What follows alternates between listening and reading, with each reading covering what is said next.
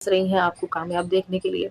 हर माता-पिता के मन में डर होता है कि हमारी आँख बंद होने से पहले हमारे बच्चे सक्सेस हो जाएँ और सक्सेसफुल हो जाएँ, उनकी लाइफ़ सेट हो जाए। तो आप उन्हें अपना गोल बना सकते हैं, उन्हें अपना मोटिवेशन बना सकते हैं कि मैं अपने माता-पिता की जीते जी उनको सरकारी नौकरी के रूप में देख सकूँ। मतलब मैं बता सकूँ कि मेरे पास एक सरकारी नौकरी है। कई चीज़ें हो सकती हैं, जैसे आपके बच्चे नहीं हैं तो अपने हस्बैंड को ही बना सकते हैं, जिनके मन में कहीं न कहीं ये डर होता है कि अगर मुझे कुछ हो गया तो मेरे बीवी-बच्चों का क्या होगा? तो आप उन्हें अपना मोटिवेशन बना सकते हैं कि उनके मन में तसल्ली रहे कि अब मेरी बीवी एक सरकारी नौकरी में है तो मुझे टेंशन की ज़रूरत नहीं है।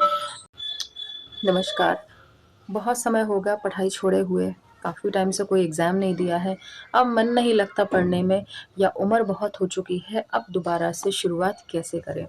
ये कई तरह के सवालात हमारे मन में तब आते हैं जब हम कोई कॉम्पिटिशन एग्ज़ाम निकालने का सोचते हैं, लेकिन मन पढ़ाई में नहीं लगता है। कई सारे विचार हमारे मन में आते हैं कि हमने तो काफ़ी टाइम हो गया पढ़ाई को छोड़े हुए, अब पता नहीं हमें याद होगा कि नहीं होगा। हमारी उम्र हो चुकी है, 35 प्लस हो चुके हैं, अब कैसे पढ़ाई करें? अब तो मन ही नहीं लगेगा, घर की ज़िम्मेदारियाँ बहुत सारी हैं, सब कुछ देखना होता है और उसमें मन पूरा लग चुका है गृहस्थी में, अब पढ़ाई में मन कैसे लगेगा?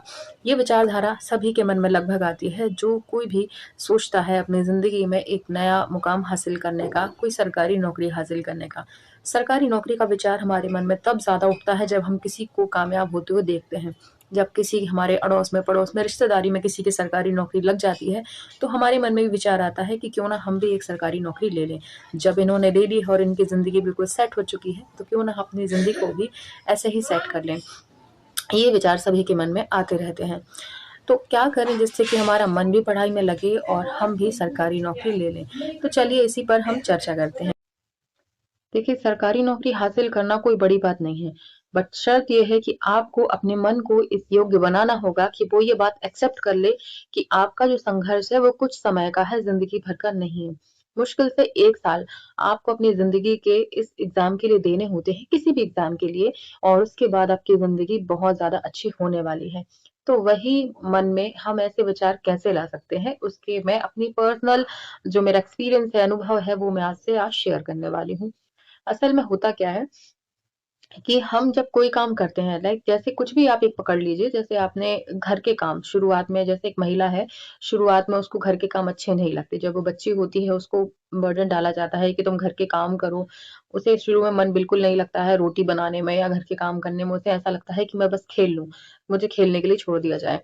लेकिन धीरे-धीरे जब उसको काम सिखाया जाता है और जब वो उसकी आदत में तब्दील हो जाता है, तो फिर क्या होता है कि उसको वही काम में आनंद आने लगता है। आज एक महिला है, अगर उससे कोई कह दे कि तुम फटाफट से घर के काम कर लो, तो उसको टाइम नहीं लगता। मुश्किल से आधा 1 घंटा, 2 घंटे में वो घर के सारे काम खत्म कर लेती है। क्यों? क्योंकि उसका मन इस चीज़ में लग चुका है। अब उसके लिए वो काम कोई मुश्किल नहीं होता है। ऐसे ही एग्ज़ाम या तैयारी या पढ़ाई आप कह सकते हैं कि एक बार उसकी आदत भर लग जाए, अगर आपने उसकी आदत बना ली, तो आपका मन बेचैन होगा जिस दिन आप पढ़ाई नहीं करोगे। जिस दिन आपने पढ़ाई नहीं की, उस दिन आपका किसी काम में मन नहीं लगेगा, दिमाग सिर्फ वहीं जाएगा कि मुझे पढ़ना है, क्योंकि उसको आपने अपनी आदत में लगा लिया है ना? तो ये आदत आपको कैसे लगाना है? तो सबसे पहली चीज़ होती है आपको कोई एक मोटिवेशन अपनी लाइफ़ में, किसी को अपना मोटिवेशन बनाना है, और सेकंड चीज़ होती है किसी को अपना एक आइडल बनाना है।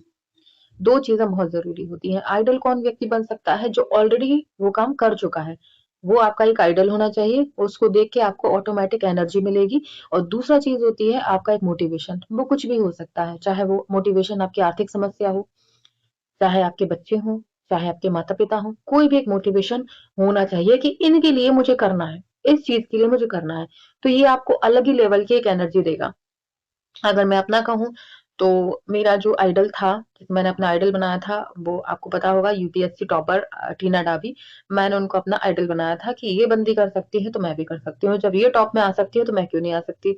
तो ये चीज़ मैंने ध्यान में रखते हुए पढ़ाई शुरू की।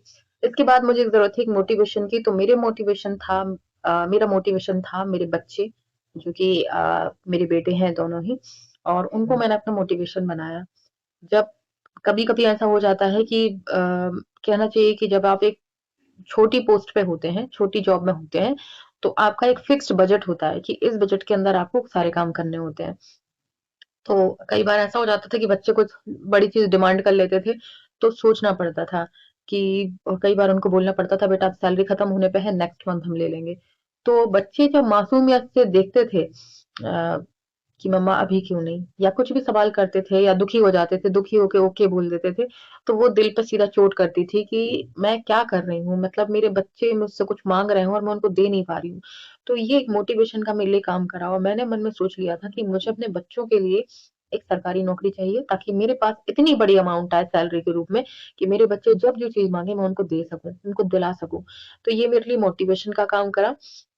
जब कभी मन पीछे को जाता था कि बहुत थक रहे हैं, नहीं पढ़ पा रहे हैं या कुछ है, कॉम्पिटिशन बहुत ही विचार जब मन में आता था, तो उन बच्चों का मैं चेहरा देख लेती थी। उनको चेहरा देखते ही मुझे एनर्जी आती थी, नहीं, इनके लिए तो मुझे करना है।